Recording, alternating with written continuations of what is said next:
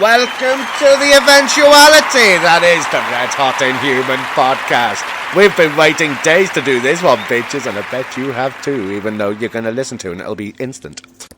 So, pifters have been smoked, toilets have been flushed, we've done our pre-pod rituals. Let's fucking pod. How are we doing, Steve? Absolutely tickety fucking boo. Tickety fucking boo. Yes. Tickety boo, what's that off? The thick of it. I had to think then. Do you know what? It reminded me. Do you remember that old green parrot puppet? Orwell was it called? Orville. I don't know why, but it just made me think of Orville straight away. Because I'm pretty sure Keith Harris with his hands up a duck's arse was like, how you doing, Orville? I'm tickety fucking boo, Keith. Do you know what made me laugh, actually? When, who was it who passed? Little Ronnie. When Little Ronnie passed. Oh. I went back and I watched the video for Amarillo. Do you know the one that Peter... Oh, the way he falls over? Yeah, like it has little Ronnie on it, but it has, what's his face, Keith Harris, is it? Yes, I think Keith it does. Harris, and it has Orville on it as well. And Or if you're from Widnes, Keith Harris. Keith Harris. That was dead odd, that. I don't know where that came from, then. What have you been doing this week, Steve? Fuck all. Sounds fucking familiar to me, mate. Yeah. Finally had a day off in my own hometown this week, you know. Yay! Literally. I'm either working in Liverpool or I'm living in Manchester. Yeah. But I pay rent for a house in Widnes, and I'm never there anymore. Well, because I sleep there 2 nights a week, maybe. So you spent a night in the 90s, did you? I did, mate. Straight back to Widnes. Straight back to Widnes, back to the 1990s. And funnily enough, I should say that. That's an interesting segue in what I'd like to talk about. What we tried so many times yesterday, to do. We did get through one, and Soft Shite here didn't have the mic turned on. Oh my god, I forgot all about that. And it was a fucking brilliant pod. It was actually brilliant. Y'all would have liked it. Give yourselves a good hearty chuckle now. Yeah, because this is the best you're going to get in comparison to.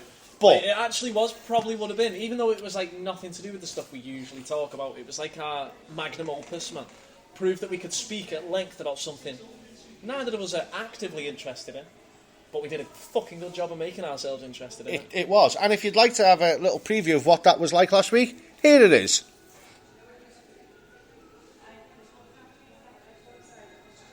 That was some of the best bits from that pod. I hope you enjoyed it, because that's all you would have got if we'd have posted it. Now, you may think that was done in the editing room, but we never edit these. No. So that was all natural silence. Yes. That was me not opening my mouth for a good couple of seconds. The only time he ever usually does that is when I'm talking over him. Yes, like that. Anywho's, so we were going on about... I managed to rinse through season 1 of The Man from Auntie, and you know what? It still holds up. Does it? There's a lot of stuff in there that made me chuckle and made me go, I didn't get that first time round. But, yeah, that was going to say, that the last time I watched all that was when it was about, what? Whoa, fucking hell, 30 seconds. About 25 years ago. Yeah, so it would have been when you were about, what? 12. 12, but it did sort of... Ben Elton mentioned that this, blah, blah, blah, on a Thursday night. Right. And Thursday night for me,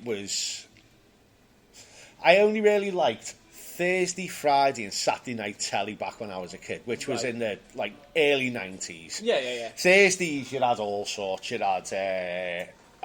I don't know whether Friday night was Have I Got News For You, but Thursday night was like The Man from Auntie and Jasper Carrot's Can Confidential. Right. I watched a couple of episodes of that. Did you? Yeah, I felt like hanging myself. I was about to say, I'll take it. That didn't hold up well. Jasper Carrot, you may have been funny when I was a 12, but I'm sorry, Jasper, you're not funny. You just lost it. You lost an audience, and basically you spawned a beautiful daughter, and that's about it. Is she nice? You ever watched The Office? Yeah. Do you remember the receptionist, the really fit blonde one? That's Jasper Carrot's daughter. No. Yeah. That's amazing. I tugged off to Jasper Carrot's offspring. High five. So, I've totally. So that's your Thursday night. That's me Thursday night. Your Friday night though. Friday night was like the creme de la bollocks. Creme de la balls. Creme de la balls, because you had. Yeah, Have I Got News For You? Oh. Oh God! Even back in the day, that was a thing my heart felt because it was weird. Even though it was a young age, because it was all topical, and I'd seen all the stuff in the news that week. Yeah, I could enjoy it. Yeah, you because my dad was very politically minded. He could enjoy it as well. Right. So it was a nice little. Well, it's not a bonding thing because me and my dad had very similar sense of humours. Yeah. But it was like it was something we could watch together. And you both had like a different reference point on the Yeah, same he thing. knew everything what was going on, and I had no fucking clue. I just laughed when the audience did. Wasn't that funny, Dad? Angus Deaton got caught with a prozzy. What's a prozzy? What's a prozzy, Dad? What's a prozzy, Dad? Ask your mum, she does the same. And I can say that because neither one of them are around to either admonish me or correct me. Yeah, that's right, mate. You can rest on your own laurels. Your mother can be whatever you say she is. Yes. Dead. And that, ladies and gents, is the truth. It's not just for a cheap laugh. She is, in fact, dead. There was once a time when you used to tell me that your parents were dead, and I'd be like, "Oh, Steve, like I wouldn't know how to act around you. Now I can't help but laugh. You're so like in the face." Blasé. Yeah, blasé. That's my new favourite word. I tried to avoid using it. I'm sure I used it on last week's pod as well. So I tried to avoid doing it that time. All right. But I mean, there was one show you probably never heard of it. I think it only ran for one season. Right. And it was called Dream On. Dream on, dream on. Not quite. Like the Aerosmith song. The exact same two words. Yeah, that's Yeah. that's roughly where the close as the similarity. similarities But what come. it was about this book editor who splits up with his missus. Right. And he just launches into this fucking life of utter debauchery. Ooh. And he's just banging things left, right and centre. And it's all about his... All right, it could be described as that he's having a midlife crisis. Yeah. Right. The first episode, he gets this bird, and this bird comes back to his flat. Right. And she's well into it. And he gets the squirty cream out. Yay. Squirt all up her body. Right. And he's like, starts off with a toad, and he's like, and this bird's just getting hotter and hot. She's like, oh yeah, baby.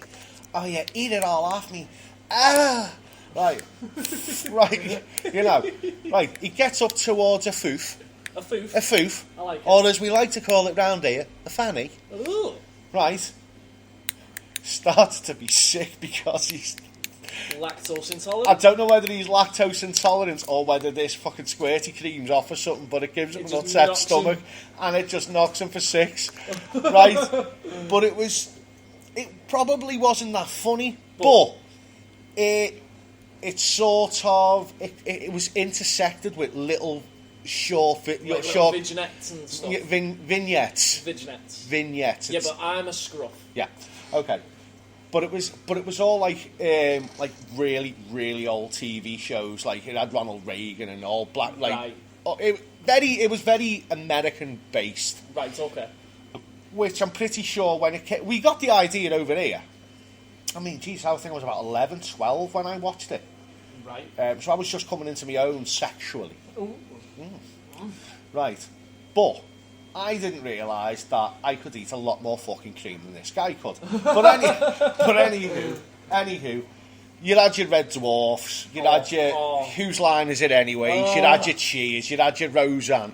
This is going right back to the heyday of when British TV was fucking great. Yeah. Before BSB and their 5-channel satellite system. Woo! 5 channels. Fuck off. Right. I have like, what, 900 now? Yeah. But, I mean, your Saturday night TV harks back to the 70s. It really does. Generation Game.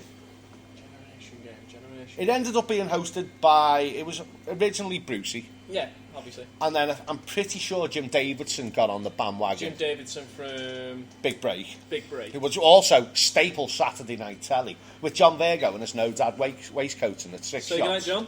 Good night, John. Thank you very much. Right, but... Yeah, Generation Game first burst onto the screens in the 70s. Yeah. Was a mainstay until 2007, and it pulled a Christ. regular audience of more than 21 million viewers. Oh my god. Would you like to hear what Bruce Forsyth said about it? I very much would at this point. Okay. Host Bruce Forsyth says, variety shows like this go back to the origins of the musicals when there was jugglers, dancers, illusionists, novelty acts and comedians. Everyone loved it. They do well. Nailed it. Right. So you had that, and then it goes into the 80s when I was around. I don't think it was on over Saturday night. I think it was more of a Sunday night, but you had your Benny Hill. Yeah. Your Benny Hill and your Spitting That was the Image. old... And Spitting Image, that's the one with the rubber puppets, isn't it? That's the puppets. With Maggie Thatcher with the horrible face. Yeah. I've actually seen that. I've never seen the show. I remember when I used to watch Comedy Central too, and that played all classic comedy. And it used to flag up on there, and that was the time for me to turn off Comedy Central too. See, Spitting Image for me was my first introduction to satire. Yeah.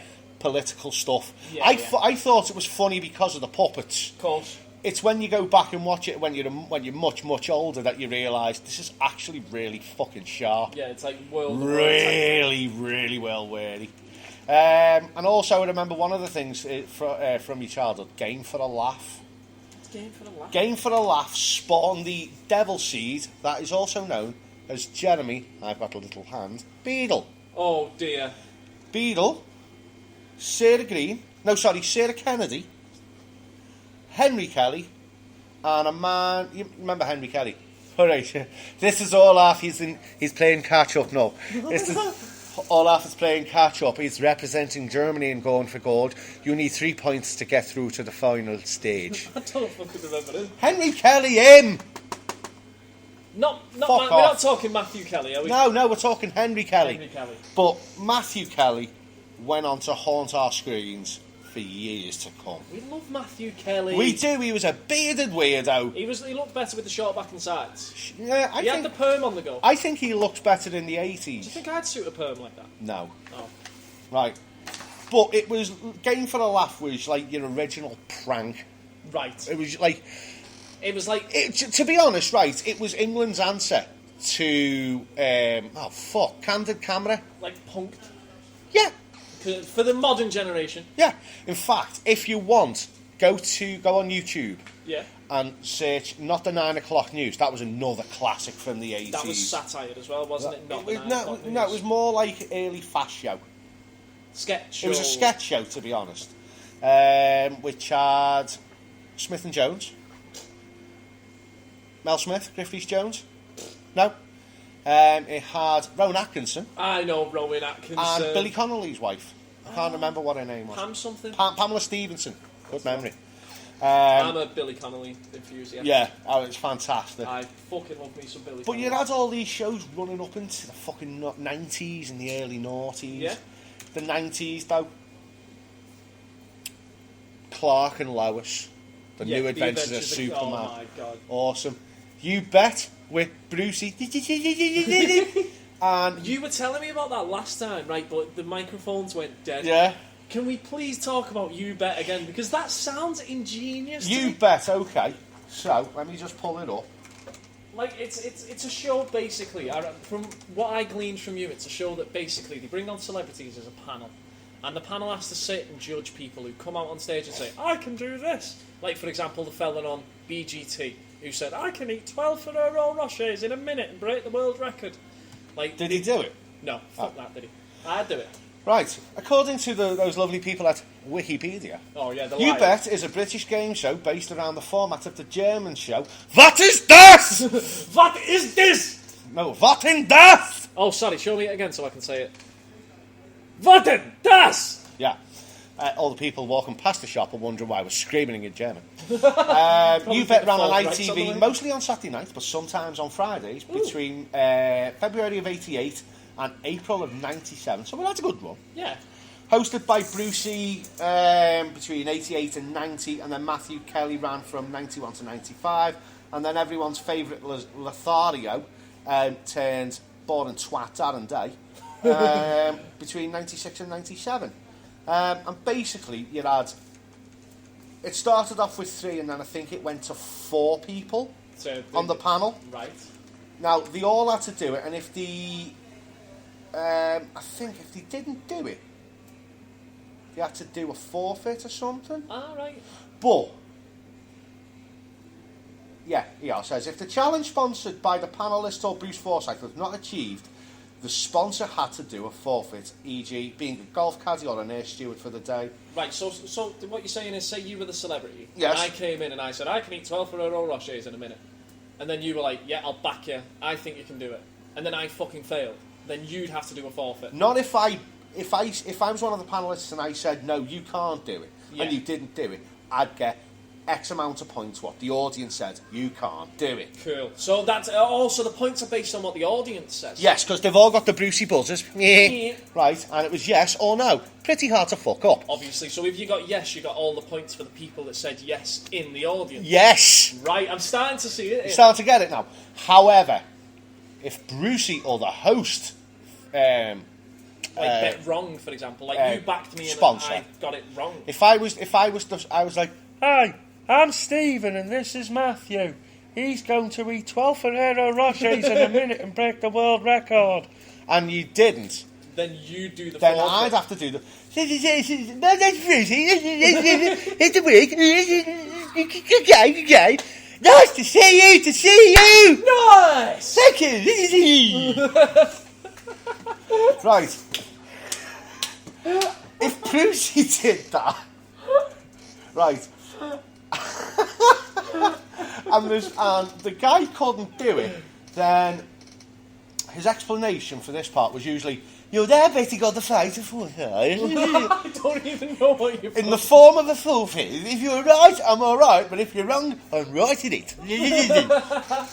Right, and it was either broadcast in the studio on the same night, right, or it was broadcast on location the week after. Yeah. So, like this, like the blind date catch-ups. Yeah. The blind data catch-up. the blinder data! Blind data! See, now where you said Spitting Image was your cue to turn off. Yeah. Blind Date was my cue to watch Lois and Clark. But I fucking loved me some blind date. I hated it because no one in Liverpool speaks a lot of shit like this. And I'm dead. That is actually the best impression of Cilla Black I've ever heard in my life. Here's the next one.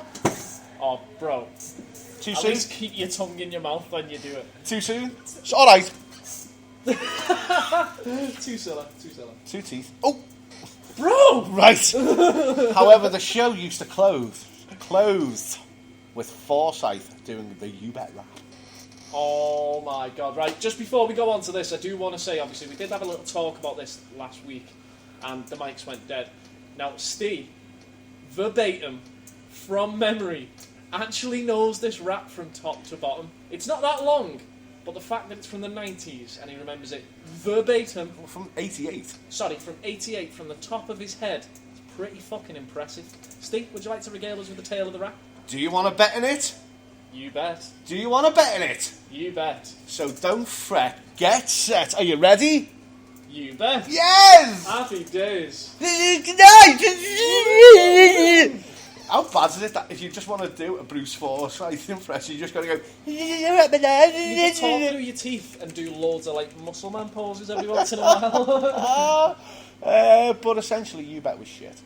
It wasn't really. It wasn't the day, but if you go back and watch it on Challenge or Dave or whatever, you're just like, oh Christ. I can imagine the Betar things like, However, I'm going to eat 12 Ferrero Rochers. And this speaks for itself. Right. Before he took over television in the daytime, Yeah. there was a man who owned Saturday Night TV. And I'm not talking Simon Cowell. I'm not talking Anthony McParland or Declan Donnelly. I'm talking about Noel Edmonds. Noel Edmonds. Noel Edmonds. Let me just say, Noel Edmonds, rocking the double denim. He still does though. Noel, if you're listening, keep the beard trim, keep being weird, keep the double D's up. We love it. We love it. And also, Mr. Blobby. This is something we mentioned as well. Mr. Blobbyland. You told me that was shit. It was Morecambe. It lasted, God, what, about 6 months and then shut down? Well, I managed to get in and it was fucking amazing. I had this video of Mr. Blobby and Noel Edmonds. Did you? And Noel Edmonds was showing us how to play rugby union. I don't know why he was showing us to play union, because it's fanny sport. Blobbyland, Morecambe. Morecambe and Blobbyland there. See, I fucking loved it. I loved the concept of it. The concept of it made me fucking bumhole moist even as a child. Well, I should hope so. If it was a dry birth, shit, your mum must have been on fire. Sorry, Matt's mum. I don't suppose you're ever going to listen to it anyway. No, I don't. But if you could answer on a tweet if your vagina was on fire after Matthew. This is not a conversation I want to be involved in, thank you very much. Well, I don't want to talk about my dead parents, but we did. Yes, you fucking do. Right, here's a picture. Noel Edmonds gives his creation, Mr. Blummy, a hug during the opening of Crinkly Bottom at Happy Mount in I Morecambe. don't like the way he's holding him, though. By his tits. Yeah, by his tits, and he's got one planted firmly on his belly like he's holding his illegitimate love child. Check it. Go back to that picture. This is an illegitimate love child belly hold, I'm telling you right now. Look at that! It is! We need to get a screenshot of that and put it in the show description, because that is pretty pervy. Slightly rapey. A little bit rapey. Like, yes, he But is not the bad. reason why I've been rabbiting on for like 20 minutes over classic telly is because, oh God, it's the fucking spam heads. So, no longer did Crinkly Bottom crinkle up for the last time. Oh. Then... The likeable Geordie duo of Ant McPartlin and Declan Donnelly kicked on the screens with Saturday Night Takeaway. Oh, You've spent all week, man, watching the TVs and forwarding the adverts to watch us, showing you the best bits of all this week's adverts. That is literally that. That is Saturday Night Takeaway to a fucking T. I remember the quiz at the end of that show. They always get like people, I think it's calling in or onto the stage, and they answer questions to win the things that were in the ad breaks of that show. So say there's like an advert for dog food, you can win dog food. There's an advert for like, you know, but it does scale from bottom to top. You can get toilet roll, you can get a new car. You know what I mean? But at the same time, like, if you wanted to watch Saturday Night Takeaway, all you have to do is watch the adverts through the week, and then Get some annoying Geordie twat to talk at you. just get some annoying Geordie twat in your ear hole. If any Geordies are out there, I'm sure not all of you are twats, but the only experience that I have of Geordies on TV is of We Design Pet, Biker Grove. Biker. Grove! Biker. Oh, Spooky man! Spooky! Fraser! We've got to go, Fraser! Spooky man! And also Ant and Dec and Geordie Short. Now, I'm sorry, but 3/4 of the people that I've mentioned are Geordies and twats. Yeah. Let me just say though, I've started watching Geordie Shore. It's not as bad as you'd think. It is. No, it is. It is in the sense if you're trying to glorify the people on the show. But if you look at them and realise that they are all vapid morons with nothing better to do with the time than be on TV and think that they demand some sort of attention from people. All they it's do fucking is amazing. get drunk and shag. But at If least I they want to don't- see that, I'll go to Liverpool. One thing is, at least they don't lie about it. They literally turn around and they say, Last night, man, I got me tits, I got Myrtle, and then someone fucked me brains out. and then literally they go out and do that thing, come back, and then tell you about it. Like, it's very genuine in that respect. Oh, me and Matt the other night, man, we spent the night in the shag pad. No, and all that doesn't sound too bad, but when you consider that it's two blokes in the shag pad. That was the most blatant, like, exposition ever, man. If that happened on a TV show, I'd be fucking, sincerely disappointed. But don't forget, the naughties also laid waste to Strictly Come Dancing, which is twats on the dance floor, That's vapid, dancing on ice, which is even more which vapid is still. slippery twats on the dance floor. Yeah. We've got the X Factor, twats on stage, and then Britain's Got Talent, or twat with no talent. Yeah. As you can see from my last assessment of TV and the noughties, there's a lot of twats on telly. Yeah, there is an awful lot of twats on telly, and I will second you on that, Steve. I'm sorry about the use of twat, but there is no other way to describe them. Yeah. They're all twats. Yeah, agreed. Totally agreed. Now, what I will say with the X Factor, now that out of those shows is the only natural progression show on there, I feel. Which? X Factor. It's the only one that comes naturally from what we were talking about in the 80s and 90s. Now, Well, the X Factor does have its links in the 80s. Well, it has its links back to the 60s and Exactly. 70s. Your opportunity. Well, actually, no. X Factor doesn't. You'd say BGT more. Yes. It's very bad that I just said BGT. What I meant to say was Britain's Got Talent. Or BGNT. Britain's Got No Talent. Exactly. Or BGT, Britain's Got Twats. That's what we'll call it. BGT. Britain's Got Twats. Britain has twats. This week on Britain's Got Twats, a twat on stage. I hope they can hear that smile, you know. Yeah. I fucking did. Yeah. Right, but... I feel like X Factor's got its roots quite firmly. It has though, because you know, in the 90s, late 80s and 90s, you had Stars in Their Eyes. Stars in Their Eyes with Matthew Kelly. Matthew Kelly, originally hosted by I don't bloody know. Leslie Crowther, Who the hell is Leslie Crowther? the original host of Britain's Price is Right. Before Dale Winton took over. No, it wasn't Dale Winton. Was Dale Brucey? Winton did Supermarket Sweep. Oh, So, when you're at the checkout and you hear the beep, beep, beep, think of the fun you could be having on Supermarket Sweep. Goodbye! I fucking loved Supermarket Sweep. Supermarket Sweep is the show that started me off on my working life. Oh, mate. Simply because, no, I didn't go and work in Quicksave or Tesco or Asda. Right. It's because I was sat on the couch on the 8th of January 1997.